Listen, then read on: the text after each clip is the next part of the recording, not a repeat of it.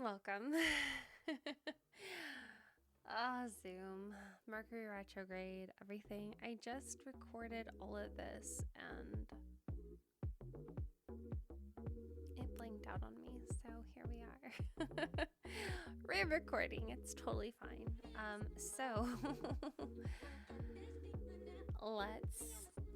Let me. This is great. Okay. So, anyway, I can't believe it did that. So today we're talking about Moon in Taurus. It's already January 1st, 7:47 p.m. I honestly was recording this way earlier. It glitched out on me, and so here we are doing this again. Moon is in Taurus from January 1st to January 2nd. I will go ahead and share my screen so you can see. What a mess. Okay, well, welcome. The moon is in Taurus, as I said, from all day, January 1st, and the bulk of January 2nd. It departs into Gemini around 6:50-ish p.m. This Taurian moon is a bit different from the average filling moon in Taurus because this moon is aspecting Uranus. And if you heard my weekly general astrology, then you'll understand what I'm saying. For certain, all Taurian moons for the next while will encompass this difference that Uranus brings, and that's because Uranus is in the sign of Taurus until around 2026. Uranus is a very slow moving planet, and as such, it'll stay there until 2026, where it moves into Gemini. And so every time the moon moves pretty quickly, it spends about 2.5 days in each sign. So until 2026, it's going to continue revolving occasionally back into Taurus. So we are always going to have this Uranian kind of energetic that is being provided by the Taurus moon as a result of its contact with Uranus in Taurus. Anyway, let's get started a little bit. So let's first look at the moon in Taurus generally, just so we can grasp the air of the nature. So yeah, I think we're supposed to move forward beyond what's shown here. So just as a quick, if you're watching the video or if you're listening to the podcast, moon is in Taurus until January 2nd around 6:45. On January 1st, it moves into Gemini on January 2nd at 6:45 p.m. It is going from 7 degrees to 29 degrees. And this moon is trining Sun in Capricorn, and then it's also conjuncting Uranus in Taurus. Great. So focusing on the general energy of Taurus. Naturally, of course, I have some quotes because I love quotes. So in her book, Earth and Air, Darby Costello writes, "Sense and beauty are one here." And I love this quote in particular because it is just so fitting for the sign of Taurus as a whole. Sense and beauty are one here. Sense because Taurus is a practical sign, and beauty because Taurus is also so very appreciative of those things that bring us happiness and peace. Costello continues, "Moon in Taurus's seduction is to offer comfort and to help us get more comfortable in one way or another." She also includes Moon in Taurus can generate a magic circle of warmth and security. In our charts, the moon helps us identify what brings us nourishment, what makes us feel safe, what kind of nourishment we extend to others, and in many ways, how we mother others, how we want to be mothered.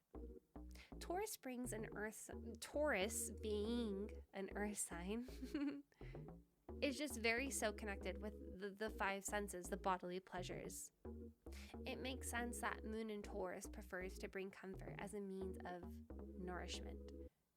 Additionally, with consideration to how Taurus is very big on security, the moon too also being very big on security. Obviously, Taurus is more big on physical security, and the moon is more big on emotional security. This can indicate a tendency towards creating environments that feel very warm, secure, safe, and also attracting such environments. In her book, Planetary Symbolism in the Horoscope, Catherine Humbacher-Zondag emphasizes how the moon in Taurus encourages people to keep themselves grounded, feet planted, stable, etc.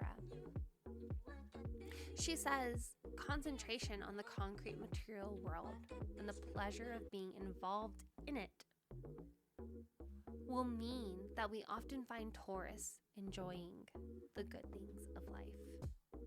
This is because Taurus has the ability to find enjoyment in the physical world, particularly because Taurus finds its experience latched within the five senses. This is why I mentioned in my weekly general video to take some time to appease to the five senses, whether it's art, beautiful music, candles, soft-textured clothing, delectable foods, and more. Sue Tompkins, in her book, The Contemporary Astrologer's Handbook, mentions typically this type is steady, realistic, and calm.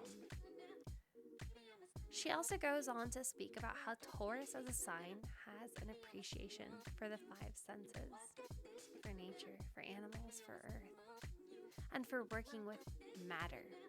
Because the moon is found in the sign, we can expect a subliminal pull towards such things and such appreciations.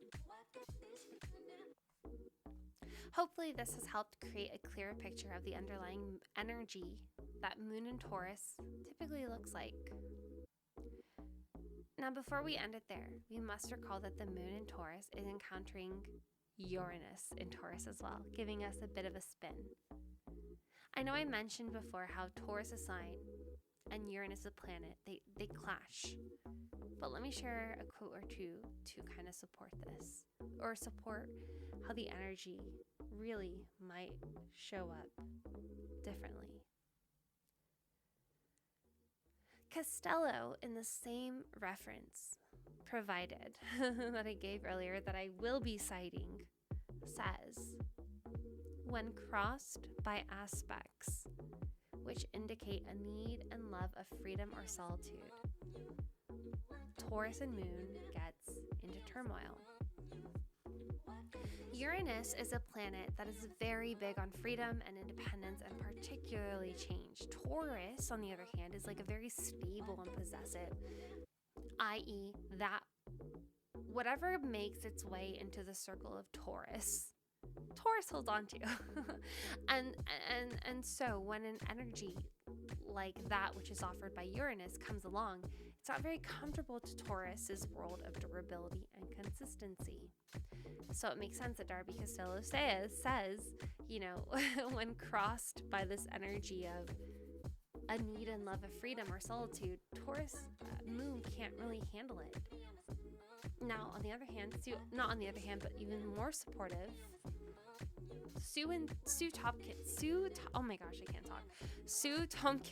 in the same reference provided, includes her quote, "There can be a huge dislike of change, even when change may be required." Again, emphasizing my point that Uranus and Taurus might have some beef. So what does all this mean? This means that there may be some tension between what we feel pulled towards. It's possible we can find ourselves in a few different experiences. A part of us might find consistency as a form of nourishment and security and then be rattled when something breaks that flow. And another part of us might feel trapped and bogged down by such stiffness and desperately crave a level of change, which can then lead to impulsive or erratic behavior. However this energy looks for you, try to practice awareness. How am I feeling right now? Do I feel a form of restlessness? If I do, maybe I should change something up small. Just something small. The order of my routine. Not by a crazy amount, but just by a hair. I'm going to meditate after journaling instead of meditating before journaling kind of change. Or maybe it's changing our work environment for the day. Or maybe it's just changing what we focus on. We want to still appease to the Taurian moon energy by remaining mostly consistent. But we also know Uranus is encouraging us to feed that part of us that is craving to switch it up. Conversely, perhaps a lot of change is actually happening around us. Random surprises, unexpected events, they're all taking place. In those moments, we can check in with ourselves. Perhaps we need to pull ourselves away. If possible, perhaps we need to just call it a day. Perhaps we need to look at what we have control over and ensure that we're consistent within whatever we have control over. Sometimes we think we have more control over things that we don't actually have control over. So actually realizing, what do I have control over? What is it that I'm wanting to control? Perhaps it means establishing a ritual based on our typical approach to the day or project or event. We can absolutely appease these two different countering parts. Balance is always the key in all forms of dynamics. Aside from the moon touching point with Uranus, it also is in a great place with the sun, and this increases our ability to truly tap into what feels good for us. It's like all of a sudden, what we want reflects who we are and how we feel. Our wants and our needs are combined in this harmonious fashion that helps us further connect with our own being. We live in a society that perpetuates not having an opinion. And I know this sounds so weird, but it's true. We live in a society that perpetuates not having an opinion, which is why the second social media came around, everyone started sharing their opinions. They shouted them. Now it's this enforced thing. A person can barely make a post without someone either taking it personally and then being offended and sharing that, or just in general shouting their thoughts or immediately trolling. We only see this virtually because it's only allowed virtually. Again, people actually are not allowed to share their opinions, which is why social media has become this explosive environment that's quite toxic. In person, people are not brave enough to share their experience. People are not confident enough or assertive enough to just be honest. Someone disagrees in work? Not mentioned. Someone disagrees with a compromise with a friend? Not mentioned. It's never mentioned. A compromise? Not mentioned. We're taught to not have an opinion or to just accept the current situation. This has taught us to be very indecisive or not really know what we want, and that's why a lot of times we'll meet with people and they'll say, what do you want to do, or what are you craving, or whatever, and it's I don't know, whatever you want. And then, granted, there are some people who are just very chill like that. And then there are people who aren't, who if you say, okay, well, you don't know what you want, but this is what I'm thinking, and they're like, no, right? We're taught to not have an opinion. We're not taught to have an assertive perspective. Or what we are taught is that we should be like our friends or like the marketing ads we see. And so this particular aspect with the sun can actually help us take a keener look at who we are and what we want and what we need and what we should do about it. So before we fully go on, I just want to have the disclaimers, as I always do with every and anything that I create. We have 3 disclaimers. The first one is that this is a general look at the astrological energies. Take what I say with a grain of salt. Accuracy can only come with consultation on your personal chart. Number 2, the best way to use this information is by reviewing where and how the energies I list out are occurring in your chart. And number 3, should this episode include any sign-based scopes, which it does, refer to your rising sign, but also know that this is still general. I don't know the degree of your rising sign. If you're using quadrants, if you're using whole sign, I don't know. So please take this with a grain of salt. Know your own chart, and I like I said in the general weekly, I do plan on having an episode that kind of covers this like a little bit more. So this moon, from the 1st to the 6th, is a waxing gibbous. And as Jane Struthers explains in her book, moon power, her book is called Moon Power. I realized I said that really weird. So Jane Struthers, her book Moon Power, she says, this moon phase is a growing one that is purposeful and intentional, one which extends the opportunity to grow and to develop. And that's not a direct quote. This is me just like paraphrasing. Considering this phase is just before the full moon phase, it's understandable why this phase in particular provides a certain level of drive, of energy, of purpose, a mission within that we must fulfill. If the full moon is focused on manifestation, fruition, and shedding, then naturally the phase prior to that is one that prepares us for this. We can take advantage of this moon by ensuring we have all our ducks in a row prior to the full moon checkpoint.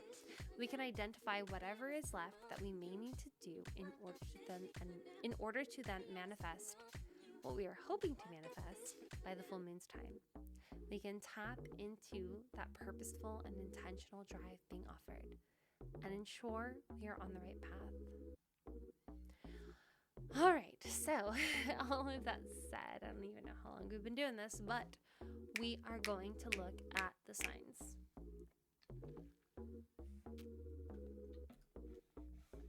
Great, so Aries. For Aries rising, the moon in Taurus is occurring in the house that Taurus owns because Aries rising is house number 1, and so it goes in the sequential flow. So we are looking at the second house. We will likely notice the energy of this moon in Taurus, highlighting our sense of self-worth. Now I want to pause there because this is actually a pretty big deal. With the sun in Capricorn, a sign that squares Aries, and with Venus, the planet that rules Taurus, squaring Aries, we can absolutely expect some tension. Some discomfort. It's possible that it's like entirely subliminal. Some form of obstacle that presents a challenge for us. It's entirely possible that during this transit, our sense of self-worth is highlighted according to the external perceptions and recognition or lack thereof around our talents. Let me say that again. Depending on the way we are perceived and the way our talents are received and recognized, we might notice our sense of self-worth being challenged a bit. This isn't to say that we take a hit. We might not. But we also might come forward expecting a certain level of recognition only to find ourselves doubting. This energy is encouraging you to become aware of what sort of recognition you are expecting from others, so that you may remove the expectation and instead give yourself the recognition that you deserve, that you crave, the talents you carry, the gifts you're blessed with. Those are incredibly unique and powerful.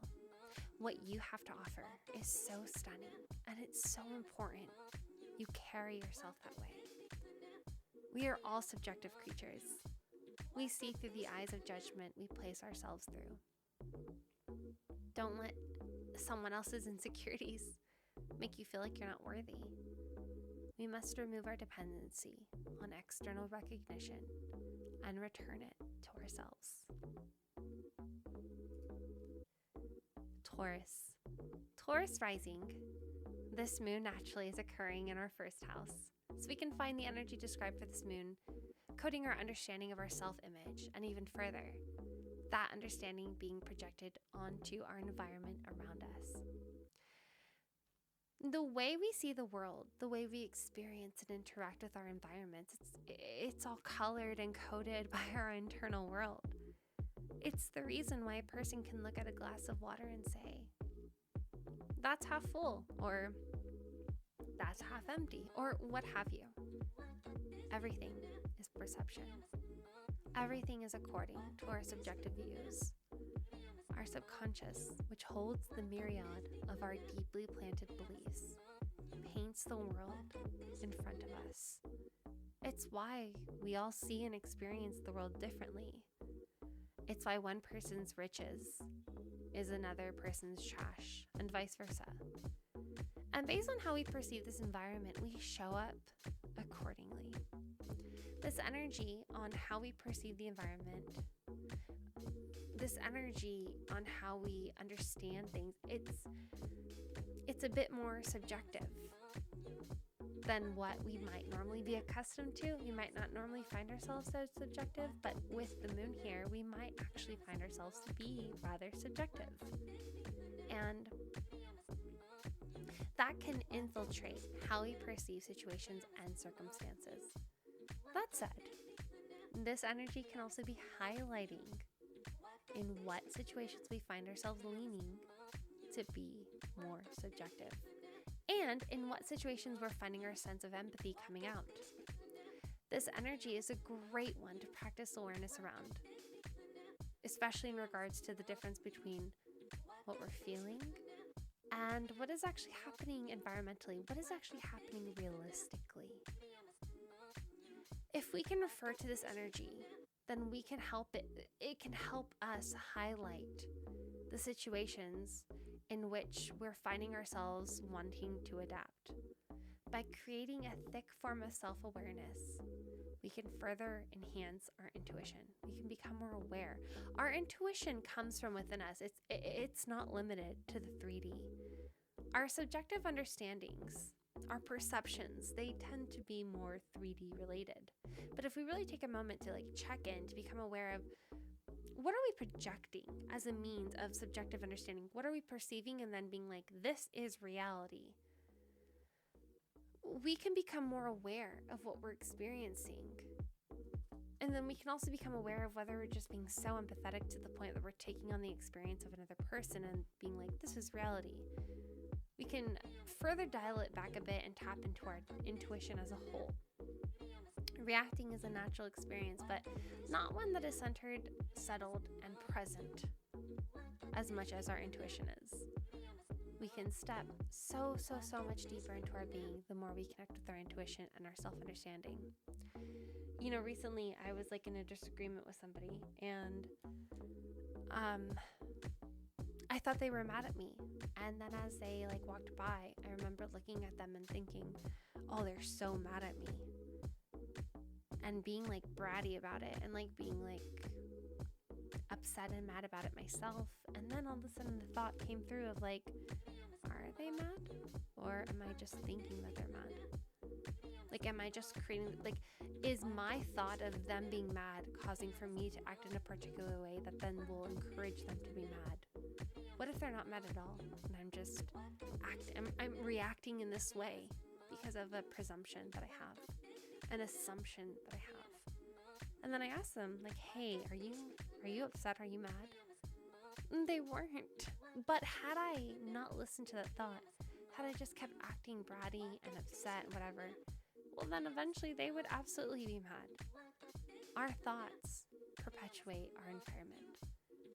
And so it's really important to take a moment and just check in.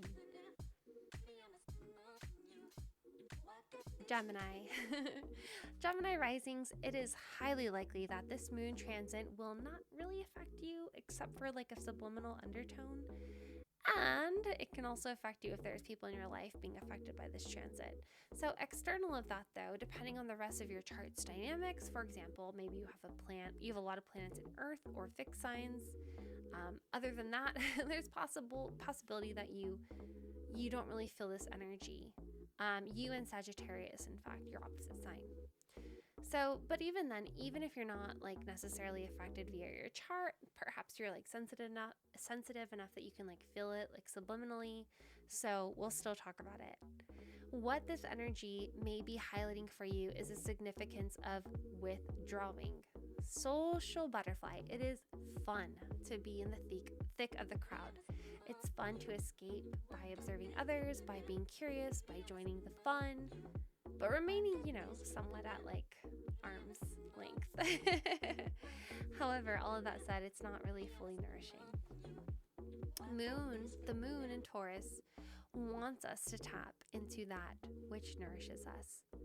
This moon is highlighting the part of your chart that wants you to take some time to come into yourself, to meditate, to channel, to allow our minds to flow along the more irrational ideas, the more irrational concepts, the irrational threads, to go down the rabbit hole of ourselves, of our ideals, of our beliefs, of our goals, and more. And I want to clarify, going into like a meditative or withdrawn state, it looks different for all of us, for each of us. For the restless bunch of us, it could look like going on a long walk in silence. For others, it could look like sitting in a quiet space. And then for beyond that, it could also look like coloring or doing some sort of busy work. Whatever way it looks like for you is the right way. Just take some time and tend to yourself. Cancer risings. This moon is one that glows nicely in your chart, sparking up the part of our charts most associated with community, teamwork, and group goals.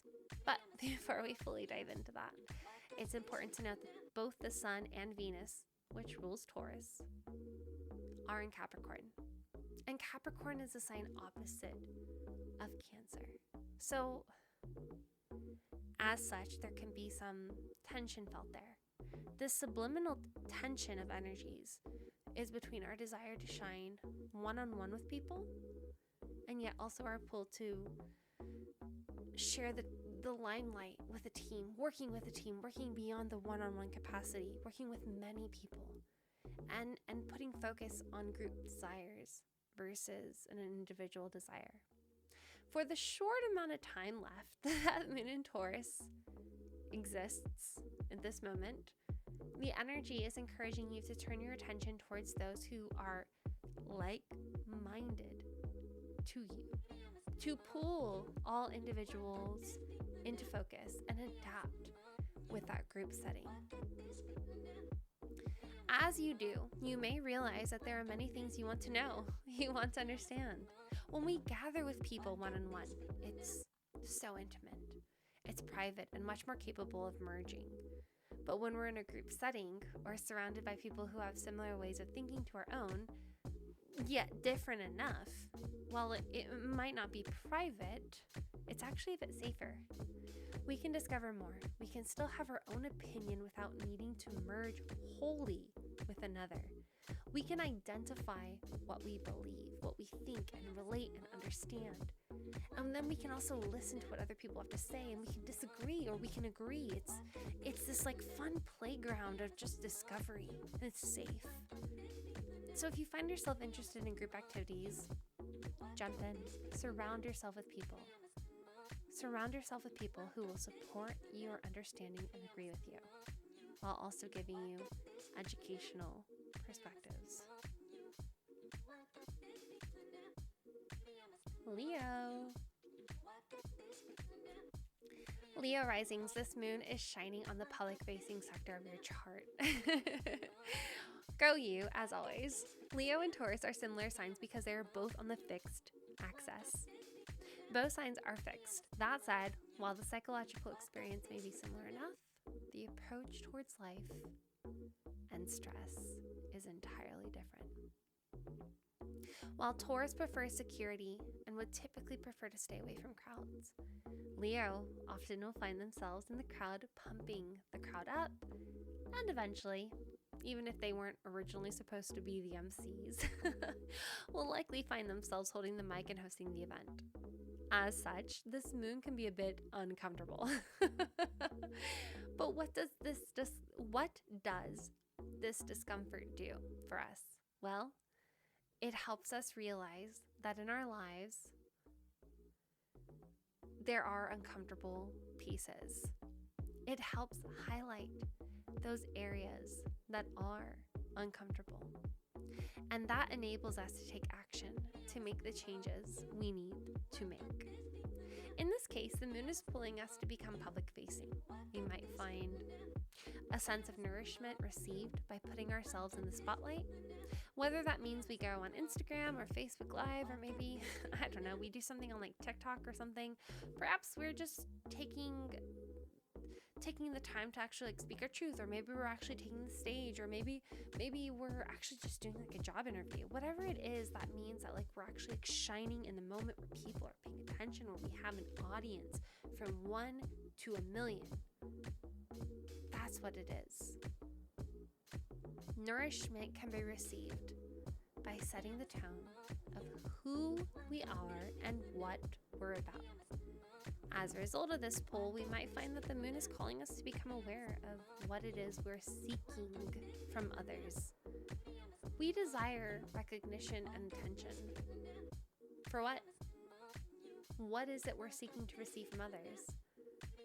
If we want recognition, what do we want to be recognized for? If we want the public to see us and understand us in a particular way, why do we want that?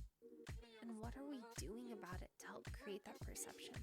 Are we doing supportive measures to support that perception that we want people to have of us?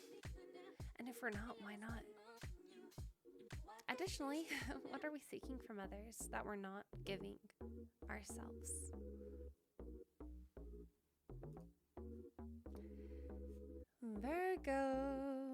Virgo risings. This moon is a gentle one, and the energies from the sun in Capricorn and Venus in Capricorn are fully supportive. Where you will likely feel the moon and Taurus's energy is in the sector of your chart focused on higher learning, deeper understanding, expansion of growth. Now, these words are exciting, but we must remember that we're talking about moon and Taurus, and we're talking about Virgo, we're talking about Earth. So when I share these words, I don't mean diving deep into like shadow work like a water person would, understanding the soul and whatnot. And I'm not talking about fire signs, meaning we have to take some wild risk and be like super impulsive and, just doing something incredible that we wouldn't normally do. It's possible that there is something that this Virgo rising, have been curious about. It's possible there's something you're interested in. It's past your test of credibility. It's practical enough. But it's kind of been on the back burner. The truth is, during this time, you might find a sense of nourishment achieved by looking more into this, by taking the time to research it more, learn from it, expand your understanding.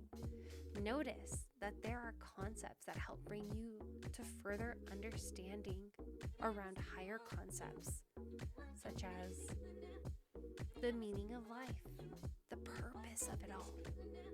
And again, of course, it's done via the most practical of forms.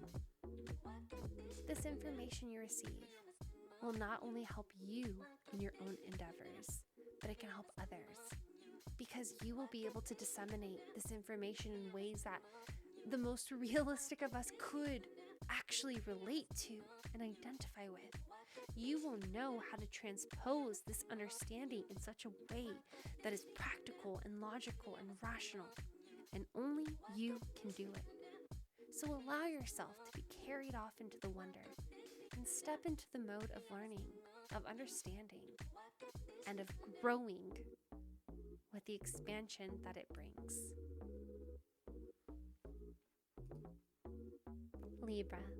Libra risings, similar to Aries and Cancer, this moon is followed by the Sun and Venus in Capricorn, creating a bit of challenging energy in the background.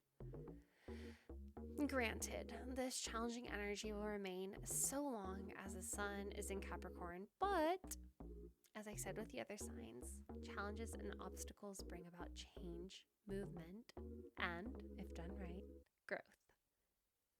The moon in Taurus is highlighting the significance of deep connection, reciprocating the connection and energies with another, giving and taking and sharing and receiving. The pull for emotional security might deepen, and the desire to dive deeper than usual can be present. Obviously, how this dive is done will vary according to your own chart. Emotions are irrational, especially for an air sign, and they're not such a fantastic venue for air signs generally, but we can use this energy constructively. Considering air signs prefer the mental, we can approach this deep connection first with our minds. We can do this in a very logical way. We can allow our thoughts to move abstractly, up and down, in and out, playing with the ideas, considering all different experiences and perspectives. And then, as we do that, we can begin to immerse ourselves. Lead with our minds, follow with our hearts. And thus, as a result, the emotions and feelings will follow. Whether we do this with another person, or we just explore the shadows of ourselves, we are going to find ourselves going deeper and deeper. And by going deep, we are able to access the more taboo and forbidden parts of ourselves and others. And once we do that, we can begin to heal. Heal the other, heal ourselves. And we do this via understanding and empathy and being present. And with the Sun and Venus in your house of ancestry, your house of roots, you may uncover. As a result, there is some discovery of ancestral beliefs that have passed through your lineage, and you can heal accordingly.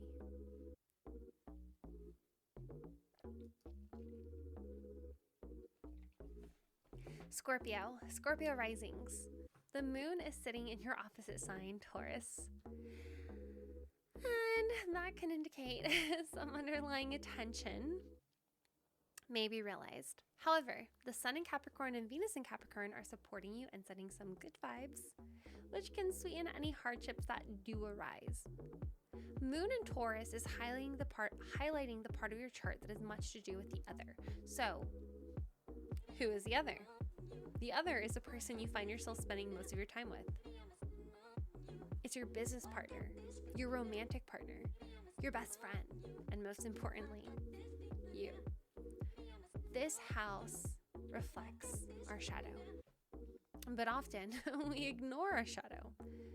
And as it always works out, whatever we ignore within, we unconsciously seek externally because we want to discover ourselves, which is why if we pay attention, the things that others who are in our lives do that bother us are the very same things that we judge ourselves for. The people in our lives, if we ever take note of this person bothers me, I guarantee you do the same thing. Or you're judging yourself. It's something you want to do or that you find yourself habitually doing or erratically doing or impulsively doing, and it's something that you're judging yourself for. In essence, the people we surround ourselves with embody both our conscious and our subconscious parts, both of our approved parts and our shadow parts. This moon is giving us a task to embrace our shadow, and that's not an easy thing, even for those of us who have begun the process or are midway through the process and thriving through the process. It's a heavy thing. It's not easy. I don't think there will be a single person out there who's like, oh, shadow work, so fucking so easy. Sorry. No one will say that because this thing takes years. For some people it's fast, for some people it takes years, but no matter what, it's a continual life thing. It's a life lesson. It's a life journey. Years to unbend the beliefs that have strapped us down and that have strapped us down. Years to dig up the old roots that aren't serving us and plant the new seeds. It's also hard though, because becoming self-aware of those things that need recognition and love, that need identity, that need awareness, that need healing, it's not easy to just identify them. This is why we uncover more about ourselves and learn more about ourselves when we talk to other people, because people help reflect us when we open up to somebody or when they're opening up to us.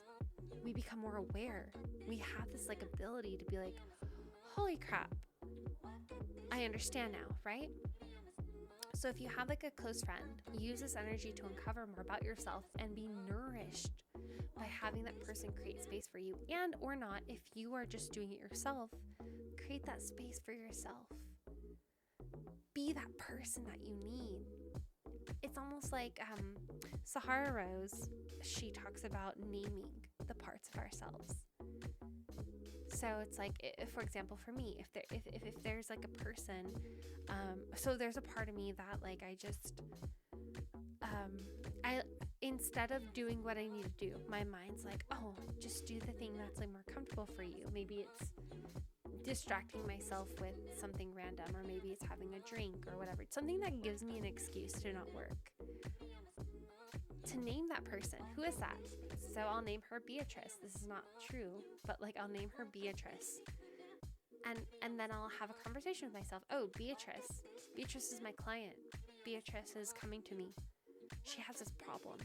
She tends to like ignore her duties or her obligations or her promises with means of escape.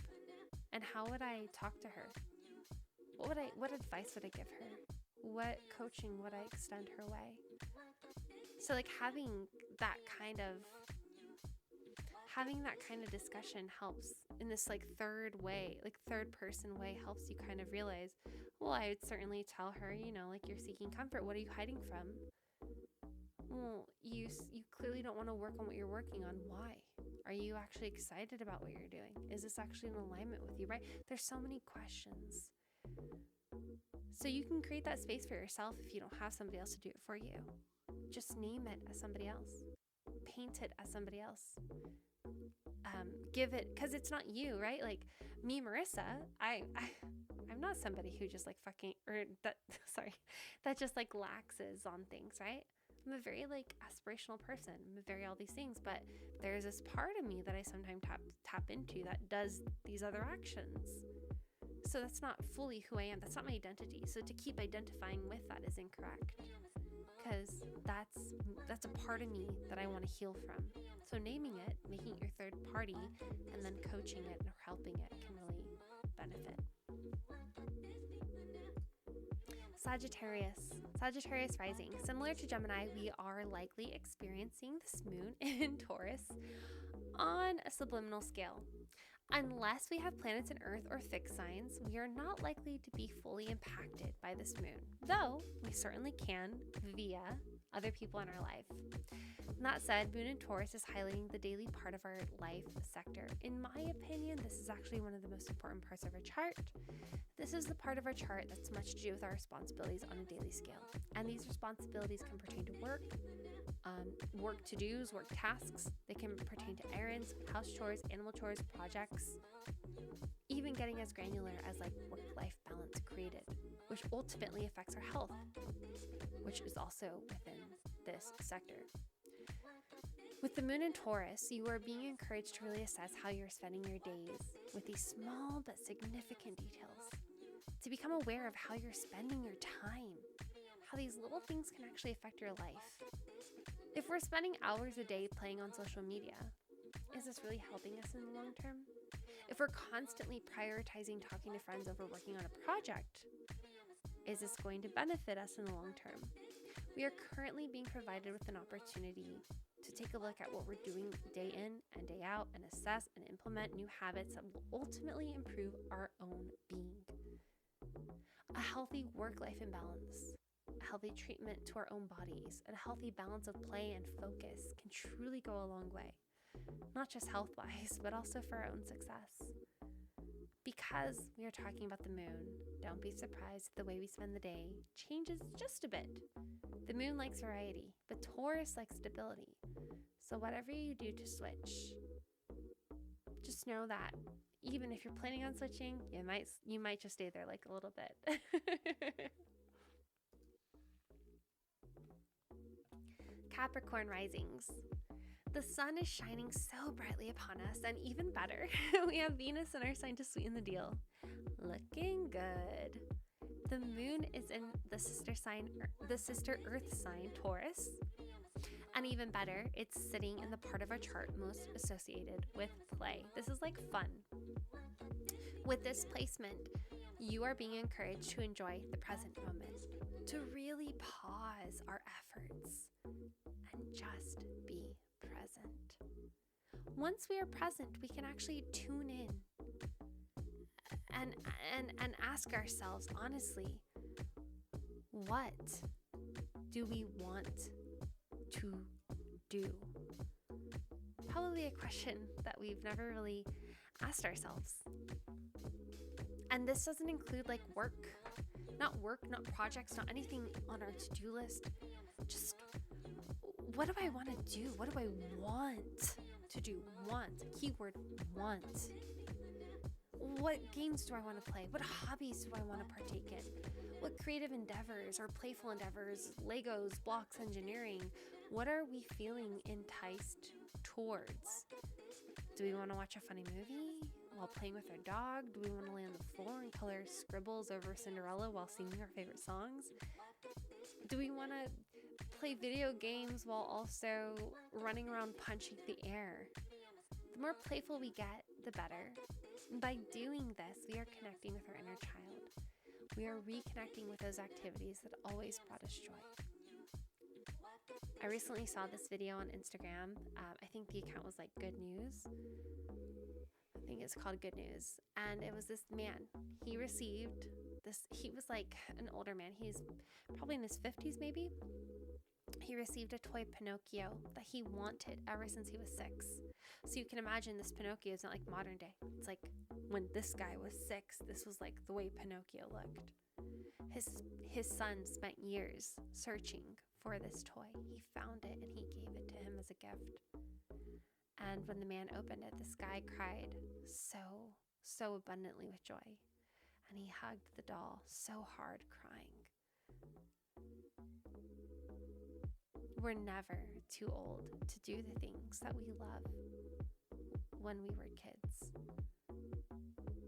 That is why swinging on swings or riding roller coasters or playing with an imaginative world that current children introduce us to or invite us into, it's just so enthralling because we're not grown up. We're still kids, especially if we're operating from the subconscious, you know? We're operated by the subconscious unless we're open to growing and reframing and changing. Most people out there are just giant 7-year-olds. Our subconscious is built from when we are young, from when we're 0 to 7 years old. That's when our subconscious is built. And then considering our subconscious rules, our reality, that's saying something. My dog just came in, sorry.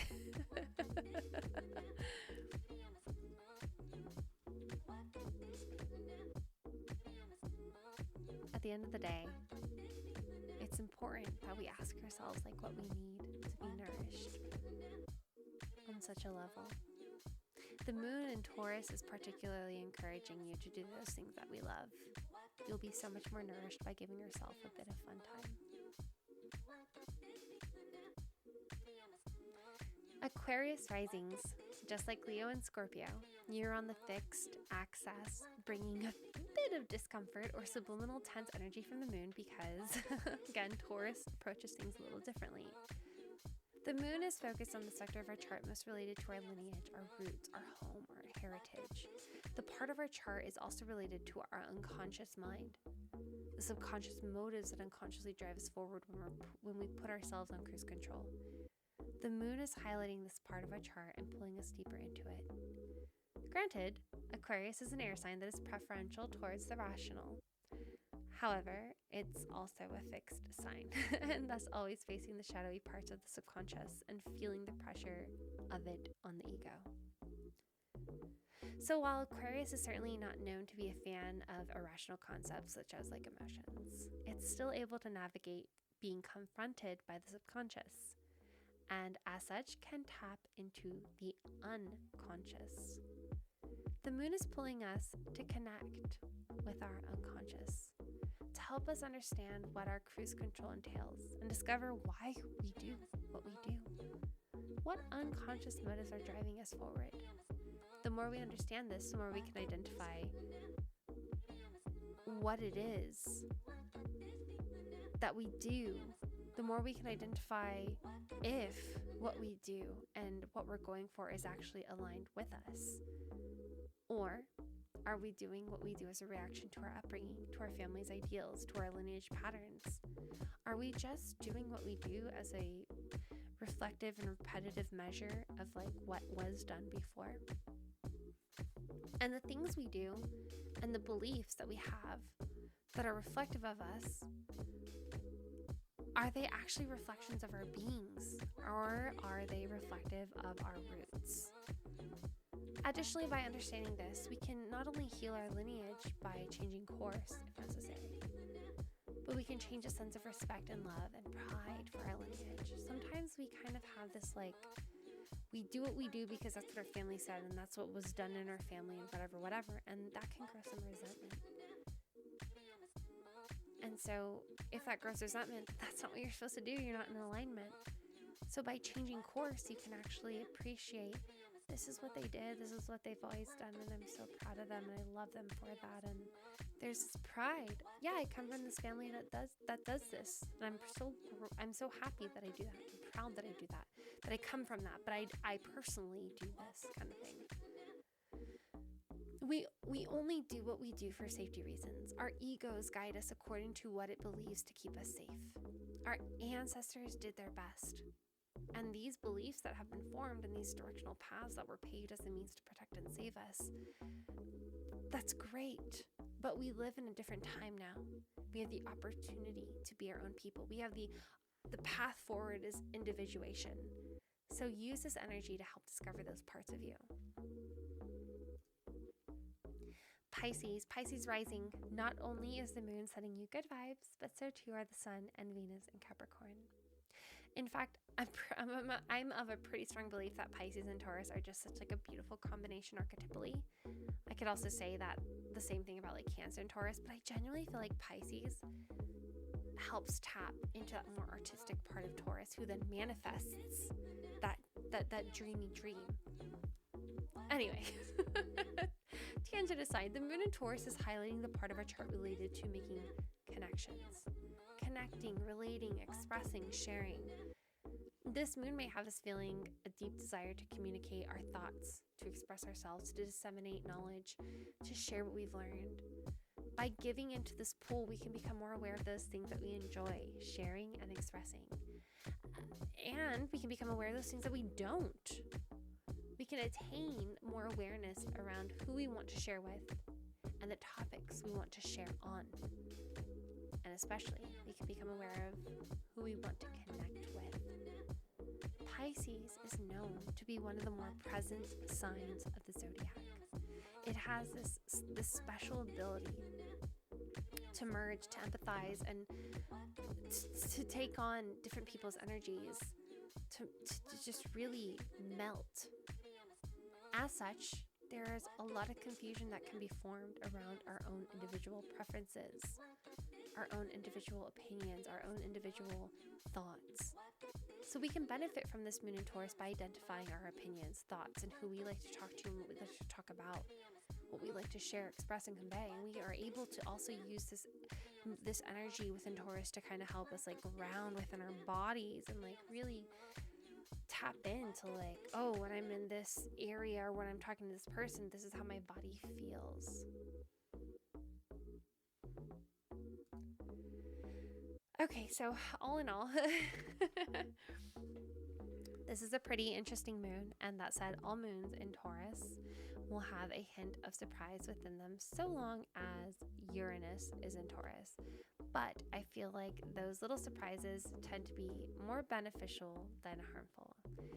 Please, please, please, please remember to take these scopes with a grain of salt. Consult an astrologer for how each transit will affect your personal chart. Just by having your rising sign at a particular degree can entirely change where this energy will present itself for you.